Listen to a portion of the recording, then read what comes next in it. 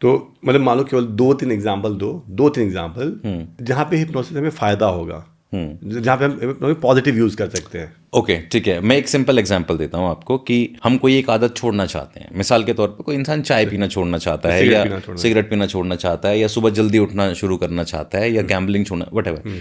वो उस आदत को क्यों नहीं छोड़ पा रहा है? क्योंकि वो उसके सबकॉन्शियस माइंड का एक गहरा पैटर्न है। अब वो पैटर्न कैसे बना है? जब वो उस एक्टिविटी को करता था, जब उसने शुरू किया होगा उसको करना, तो उसके माइंड ने, उसकी बॉडी ने आसपास में कुछ इमोशंस क्रिएट किए। जैसे चाय पीने से आहा क्या राहत मिलती है, देर तक सोने में आहा, सुबह उठने में सिर में दर्द होता है, जो भी उसके माइंड ने पैटर्न्स क्रिएट किए। हम क्या करेंगे एज अ हिप्नोटिस्ट, उसको वापस हिप्नोटिक स्टेट में लेके जाते हैं और बताते हैं कि जब इस अवस्था को तुम छोड़ के इस अवस्था में जाओगे। फॉर एग्जाम्पल, अभी वो एक स्मोकर है और उसको एक हेल्दी लंग ऑनर बनना है, एक टर्म है मान लीजिए ऐसा।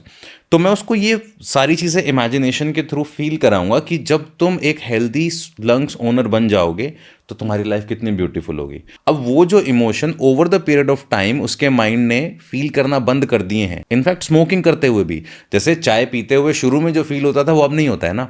सिगरेट पीते हुए जो शुरू के दिनों में फील हुआ होगा, कॉलेज में जो कूल फील होता अब नहीं होता है। अब वो सिर्फ हेडेक है। अब हम क्या करेंगे, उस पैटर्न के बदले ऑपोजिट जो वो अचीव करना चाहता है उसका एक पैटर्न बनाएंगे और उसको इतना ब्यूटीफुली उसके दिमाग में फील कराएंगे कि दिमाग उसको एक्सेप्ट कर लेगा, उससे कनेक्ट कर लेगा।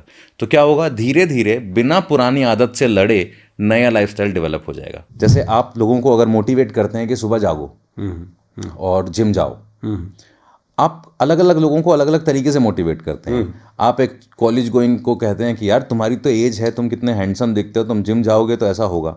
आप एक बुजुर्ग को कहते हैं कि आपकी तो बॉडी की रिक्वायरमेंट है, आपको तो जिम जाना चाहिए, आपको ये करना चाहिए। तो अब आप क्या कर रहे हो, दो अलग लोगों के लिए दो अलग इमेजिनेशंस या दो अलग फीलिंग्स के सेट उनके माइंड में इम्प्लांट कर रहे हो। दैट इज एक्चुअली हिप्नोसिस, लेकिन आप लॉजिकली उनको कन्विंस करने की कोशिश कर रहे हो।